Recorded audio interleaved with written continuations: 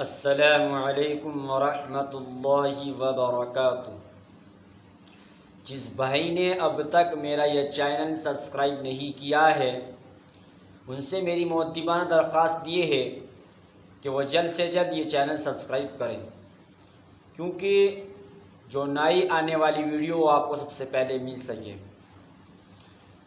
میں نے پچھلی ویڈیو بنائی تھی موبائل کے بارے میں، چل رہی تھی کہ موبائل میں اگر نماز کے دوران موبائل کی گھنٹی بج جائے تو کیسے بند کرے، اس کے بارے میں نے بتایا تھا۔ لیکن انشاءاللہ اب چونکہ بہت سارے حضرات کو دیکھتا ہوں کہ نماز کا طریقہ صحیح نہیں ہے ان کا، نماز تو پڑھ رہے ہیں وہ لوگ لیکن نماز کا طریقہ انہیں معلوم ہی نہیں ہے کہ کیا سنت ہے، کیا واجب ہے، کیا مستحب ہے، کیا نماز میں کس جگہ کیا پڑھنا ہے۔ بہت سارے حضرات ایسے ہیں جن کو نہیں معلوم ہے،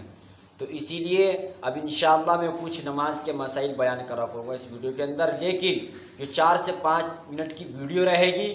آپ اس کو دیکھیں، آگے شیئر کریں، اور اگر کوئی مسئلہ سمجھ میں نہ آئے تو کمنٹ میں آپ میرے سے پوچھ سکتے ہیں، انشاءاللہ کوشش کروں گا بتانے کی۔ دیکھیے میں اس ویڈیو کے اندر صرف یہ بتانے آیا ہوں کہ امام کے پیچھے ثنا کا مسئلہ کیا ہے، ثنا کس طریقے سے پڑھے امام کے پیچھے۔ دیکھیے اگر آپ پہلی بات تو یہ ہے کہ جب آپ امام کے ساتھ شروع سے شریک ہوں، جب آپ امام صاحب نے اللہ اکبر کہا اور آپ نے بھی اللہ اکبر کہہ دیا، اب آپ کو چاہیے کہ آپ ثنا پڑھیں اور ثنا پڑھ کے خاموش کھڑے رہیں۔ پہلی بات تو یہ ہے کہ امام کے ساتھ آپ شریک ہو گئے اور امام خاموش ہے، آپ اس دوران تک ثنا پڑھیں جب تک امام خاموش ہے۔ اور اگر آپ امام کے ساتھ شریک نہیں ہو سکے، امام نے نیت باندھی آپ آ رہے ہیں بعد میں، امام ابھی تک خاموش ہے کہ امام نے ابھی قرات شروع نہیں کی،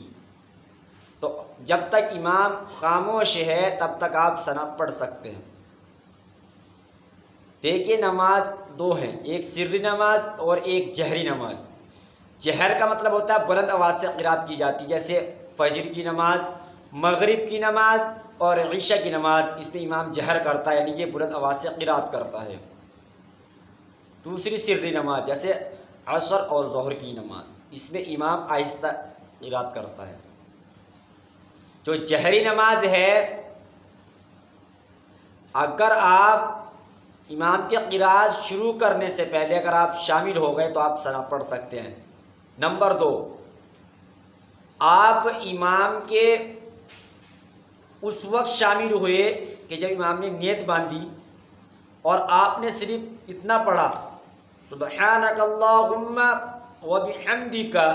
وتبارک اسمک، آپ نے یہاں تک پڑھ لیا اور امام نے قرات شروع کر دی۔ اب آپ کو چاہیے کہ آپ یہیں پر ثنا پر بریک لگا دیں، اب امام کی قرات سنیں۔ آپ نے چاہے ثنا کا ایک حرف ہی کیوں نہ پڑھا ہو، چاہے آپ نے آدھا پڑھا ہو، چاہے پورا ہونے والا ہو، آپ وہیں پر بریک لگا دیں، امام کا ثنا امام کی قرات سنیں، کیونکہ ثنا کا پڑھنا یہ سنت ہے اور قرات کا سننا یہ واجب ہے۔ ثنا پڑھنا سنت ہے اور قرات کا یہ سننا یہ واجب ہے، تو اسی لیے اگر امام نے قرات شروع کر دی تو ہمیں چاہیے کہ ہم خاموش کھڑے رہیں۔ اور تیسری بات کہ اگر آپ کی ایک رکعت نکل گئی یا 2 رکعت نکل گئی، 3 رکعت نکل گئی، اسی طریقے سے آپ جب امام کے ساتھ شامل ہوں گے تو صرف نیت باندھ کر آپ کھڑے ہو جائیں گے، امام کی قرات سنیں گے۔ اس کے بعد جب امام سلام پھیر لے گا تو اس کے بعد ہم کھڑے ہوں گے۔ اب ہمیں ثنا یہاں پڑھنا ہے، اب ثنا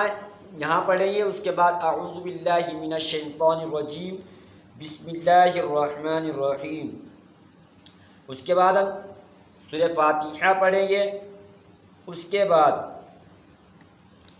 پھر ہم کوئی سورت ملائیں گے اور نماز کو مکمل کر لیں گے۔ تو اسی طریقے سے آپ امام کے ساتھ اس وقت شامل ہوئے کہ جب امام قرات کر رہا تھا، یعنی کہ سورہ فاتحہ شروع ہو گئی، سورہ فاتحہ کا آغاز ہو چکا ہے، تو آپ کو چاہیے نیت باندھ کر اب خاموش کھڑے رہیں، اب آپ کو ثنا پڑھنے کی ضرورت نہیں ہے، کیونکہ اس پہ لوگ بہت پریشان ہیں کہ ہم پڑھے تو کہاں پڑھیں آخر۔ تو اسی لیے میں یہ بتانا چاہتا ہوں کہ سنت ہے یہ،